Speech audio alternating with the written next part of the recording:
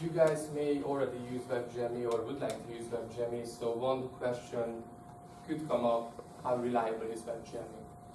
So I would like to show you a few slides about the development process that we follow, that we have learned during the years and we had bigger development teams in other projects. So we do have monthly releases, and they are published on the NPM registry. We try to follow semantic versioning with the major, minor, and bug fix versions. Here are some examples for the versioning. The current latest version of WebGME is 2.0. So you should, if you change the major number, that means that we introduce some kind of breaking changes on either public APIs or the exported data format is not compatible anymore. Oftentimes what we do, we create a release right before the major update that supports both formats or both APIs and gives you a warning how to update your current code base or modules. This happens rarely. We had 2 major releases in the past year and a half, so every 6 months we may expect one major release.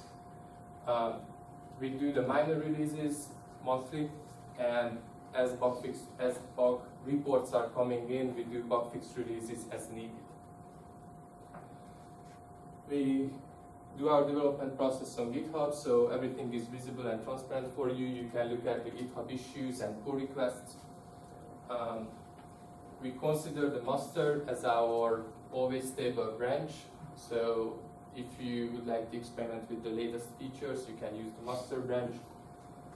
We do have continuous integration tests on Ubuntu using Travis CI, and on Windows we use AppLayer. And also the code style is checked by another tool for every single comment. So here are some statistics about issues and pull requests. So if you are already using WebGME and you reported some issues or created some pull requests for us, here are the facts. We do close issues within, on average, 4 days. This includes basically the entire development process over the past almost 6 years that Peter mentioned. And for every pull request, we try to address them as early as possible. So about or within 2 hours, we try to close them and read through them and make sure that it can go into the master. Then we extracted some other statistics. For instance, how many test files and how many source files we had for each releases. The oldest release is on the bottom, the latest release is on the top. So as you can see, the number of test files are increasing and the number of source files are decreasing, but at the same time, we increase the number of features that we have. So this is a good number in that sense that we are trying to get more tests compared to how many source files we have in the repository. So how many lines of code are covered by tests?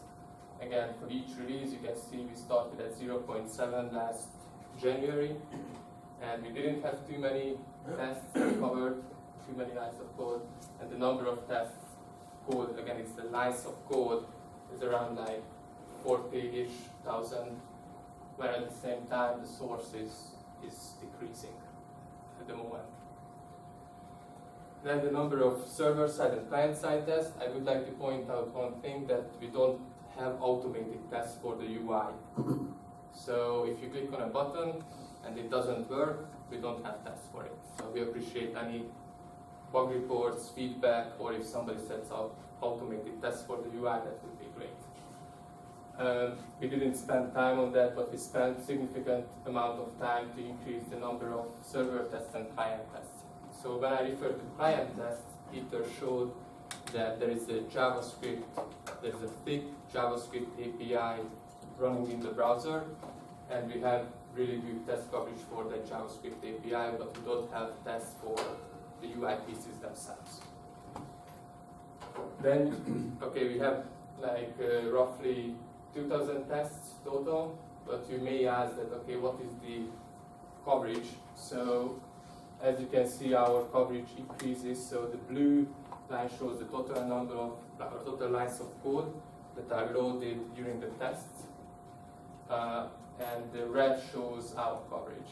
And we also extracted it in percentage. Our test coverage went up around 85% right now.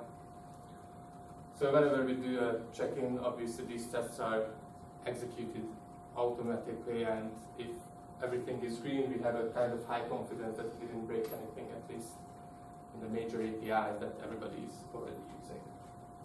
So we gathered some user feedback. If you haven't filled out this form, you can get that QR code and fill it out. We got like 7-ish responses from currently active users, and we show here 2 charts. This is where the average point that we got, which is around 3, is the lowest. So we got probably like 10 or so questions or 15 questions, and for all the other questions it was either 4 or 5, so it doesn't make sense to show it, but it shows that users would like to see an improved documentation in these categories, which we try to address. And so far we talked about the WebGME, but we would like to take the chance to show a few example projects for you, and actually the people who worked on these projects or applications will present it, and we have 5 upcoming presentations, and if Hakan is in the room.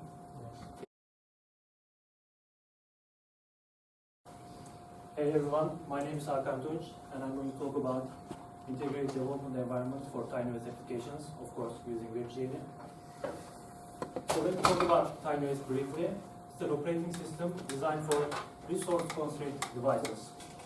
So it's event-driven operating system, and its component-based structure promotes code reuse. So since presentation is very short, I'm not going to go into details of TinyOS, but we will run into it during the presentation. So TinyOS is developed using a programming language called NetC, which is a dialect of C programming language. We captured the NetC grammar specification in WebGME, and you see a subset of meta model on the right. So these are the components of the language represented in WebGME. So this is a sample workspace. Here we have some components. And I would like to go into one of the applications here. For example, on the right top, we see Sense and Send application.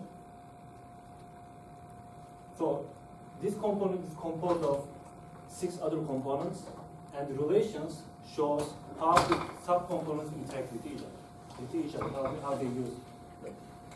If you go back, so WebGME allows us to modify the visuals. So we modified the decorator, default decorator. Here you see a book icon beneath the components. If you double click this icon, a model pops up, and here we see this textual version of this component. And underneath the text editor, we have some buttons which are tied into some plugins. For example, the first one compiles the application on the server side and allows users to download the executables and including the source code with the second button. And the third and fourth buttons are used to convert the textual representation of the component with the visual representation. So for some components, we support both way of developing, and whenever the user needs to convert to the version, they can use it with these two buttons. And we are using the code mirror library for the syntax highlighting and everything enabled. In addition to that, we try to capture the code graph of the TinyOS application. So the basic idea is this. So we have interfaces, and every interface has commands or events. Commands are represented with blue ports, and events represented as red ports. Here, for example, we have the timer interface. Whenever timer interfaces fired events dispatched, it calls let's zero toggle of let's interface. This is the basic idea how we represent the call graph, what happens throughout the TinyOS application runtime. So here is the visualization of this one of the TinyOS applications. It's simple. On the top left, we see a boot interface, and it starts, and the flow of the application is visible to the users. Also, we try to capture what variables are used within a single component and how they are accessed by other interfaces. Here, the small circles you see, they are the variables, and how they are accessed from other interfaces. Also, we use the WebGME spec browser. So on top, you see all call graph and variables. So within the same module, you can look at the different aspects of the model. For example, here we see the variables, and here we see call graph and variables together. And in this one, we see only the call graph. This is pretty much it. Thank you very much.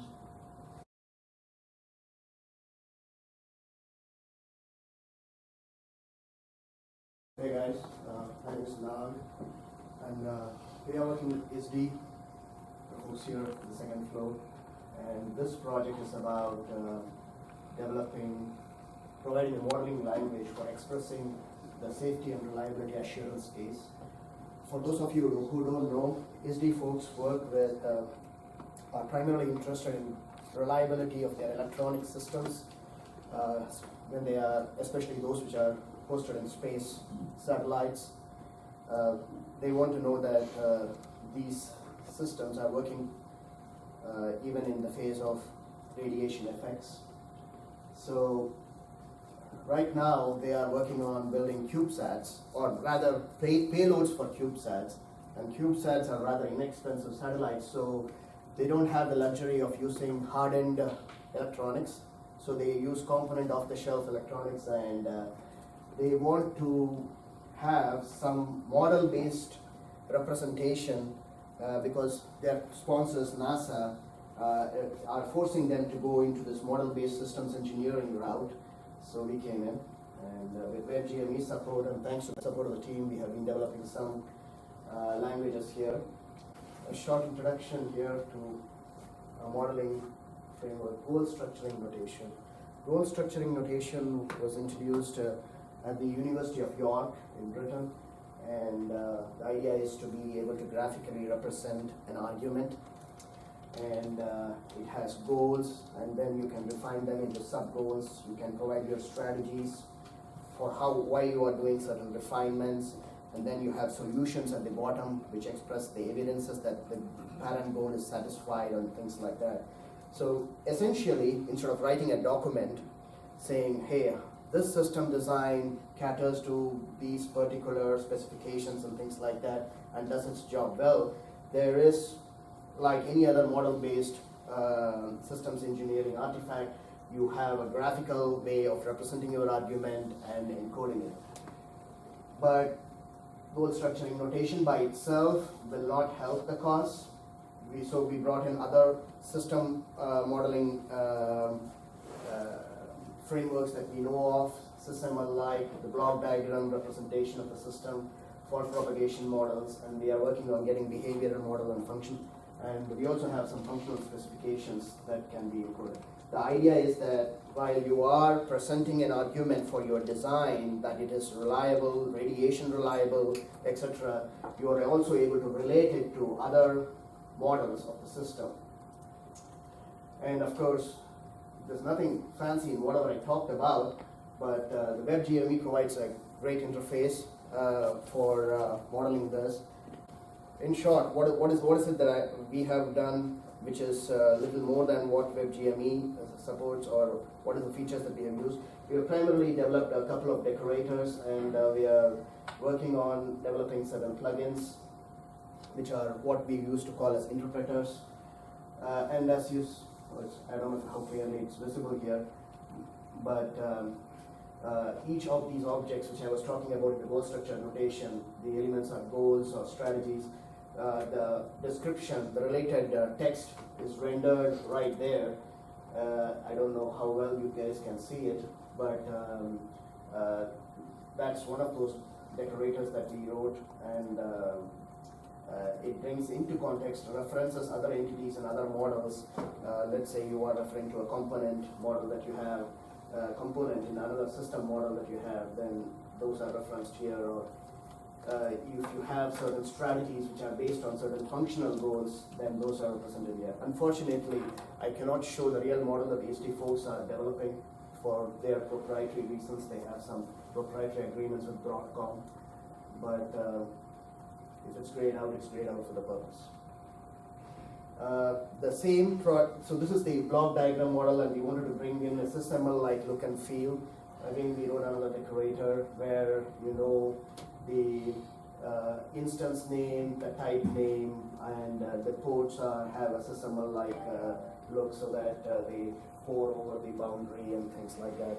And another NASA group is using this SysML model, and while ISD folks are going in from the GSN perspective and building the system level model and updating their designs and things like that, getting a feedback, NASA Langley and NASA Ames are interested in reliability of their UAVs. Primarily, they are interested in saying how reliable their diagnostic systems are.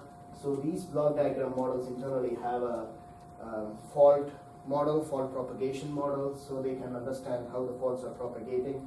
And they, the story is not complete in an automated fashion. Right now it's manual, but we relate it to simulation models and experimental tests so that they can bring in the reliability information.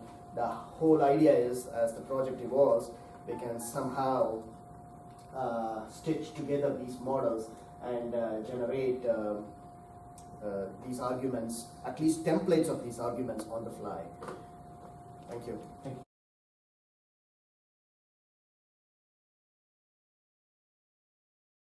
Okay, so I'm also involved in a project where we actually happen to use WebGME, so we are eating our own dog food. It's some cutting edge security based research that I cannot talk too much about, but what I want to tell you is that the actual domain that we use as the example domain to do our shiny demos is based on traffic networks, and we have a tool for that was developed in Germany called Sumo. It's a very nice traffic simulator for road networks. It is really nice. So if you get bored today and you read all the Slashdot articles and you still have time, I highly suggest to check out Sumo today. We also use Omnet++, which is a communication network simulator. So we integrate these two simulators together using our own C2 internal technology. So this is a simulation testbed. It runs on the server side, and basically WebGME is just used as the graphical front end to configure the simulation runs. And the story about this project is that yes, you can, because you can replace the actual widget or modify the widget. You can render very interesting things. For example, this interesting thing here is coming directly from Sumo, from the Sumo database, and that is, as you might recognize, is the Vanderbilt, the actual Vanderbilt Street network. So the visualization can grab external data sources and can do some fancy stuff. Really, the modeling language that we use is not important for you today. It's a very simple thing, and what we are trying to do, or what the reason why we have WebGME in this particular project, as I said, to configure a simulation run, and press a button and we run the magic in the back, which is C2 internal Sumo and Omnet. Another lesson probably from this particular project that might be relevant to you is that I have chosen, and turns to be valuable, that I have a two-step translation process from the WebGME model. So instead of going from JavaScript directly to C2 internal and to the whole backend system, I go through an intermediate step that happens to be Python, because I prefer programming in Python than in JavaScript. Sorry guys.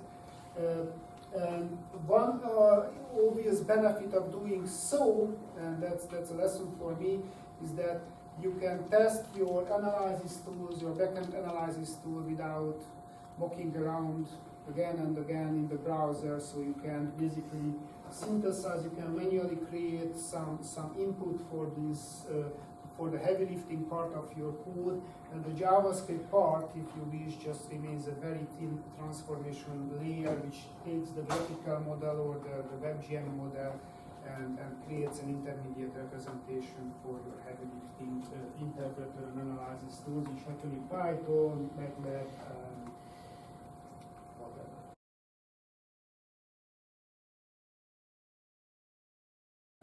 So my name is Brian Brohl, talking about DForge, something that Ironically, I was just working on it in my free time. Like, this isn't actually the research I do here.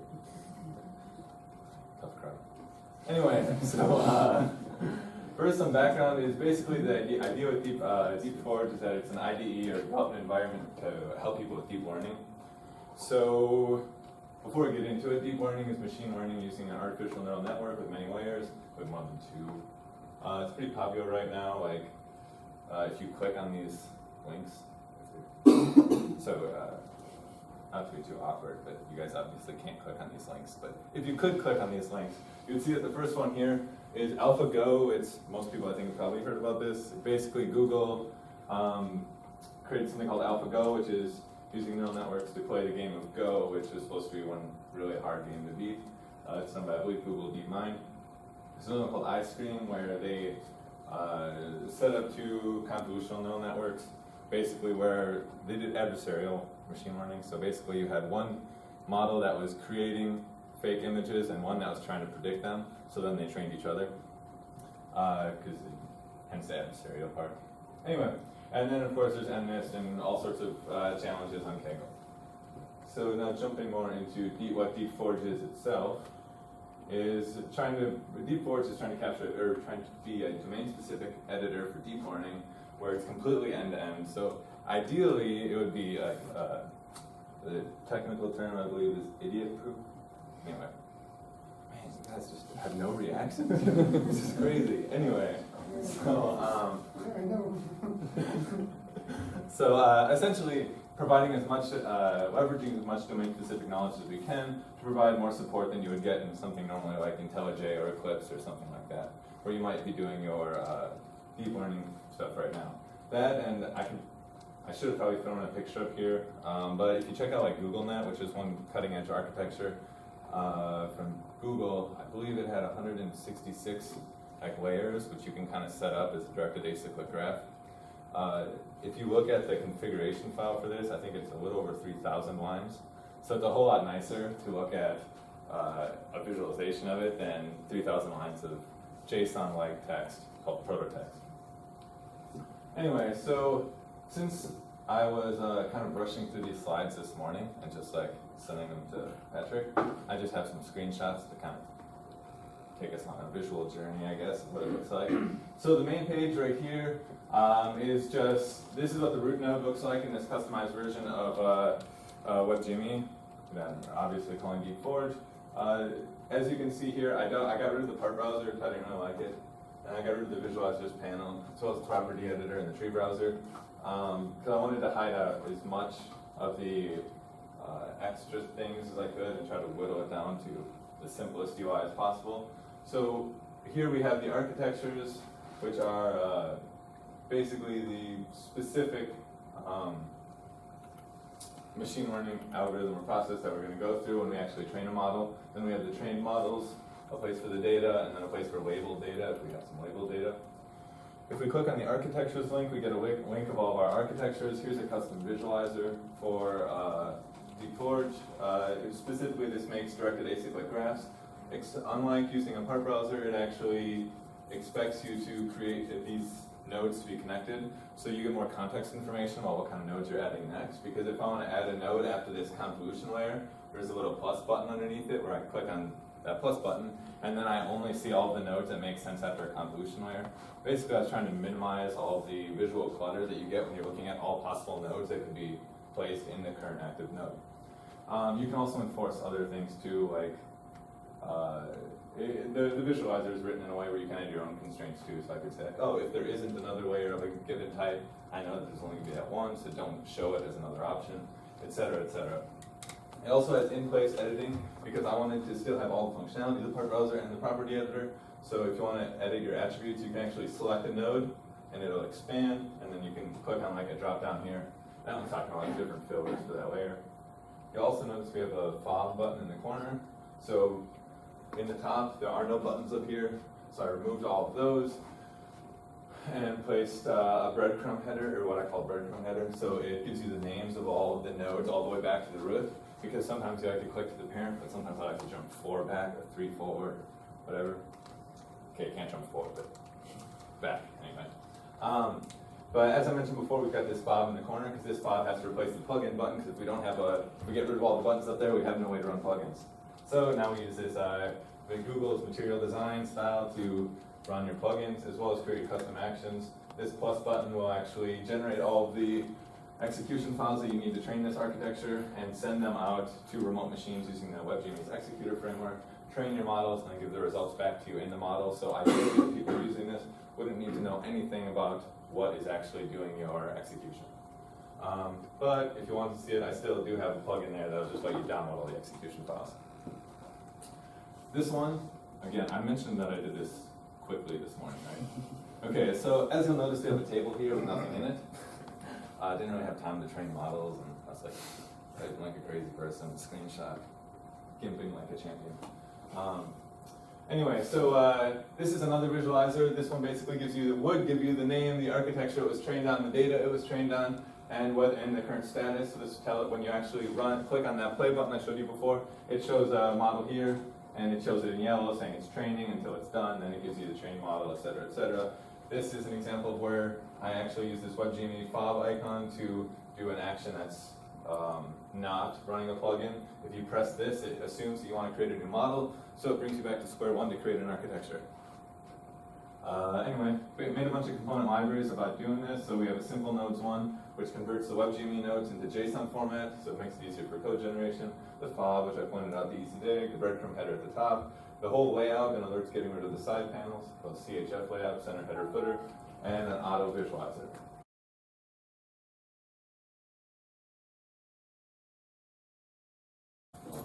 So just running out of time, just a quick view about the project. So we see how many extension points are there in WebGME, so you can replace. We see examples where you can replace almost everything on the UI, and I would like to highlight an example where we actually replace the complete UI. So it's a gaming framework where you can create board games and you can play those board games, which in WebGME there's basically a state machine and then a bunch of React.js components to visualize those state machines and the transitions.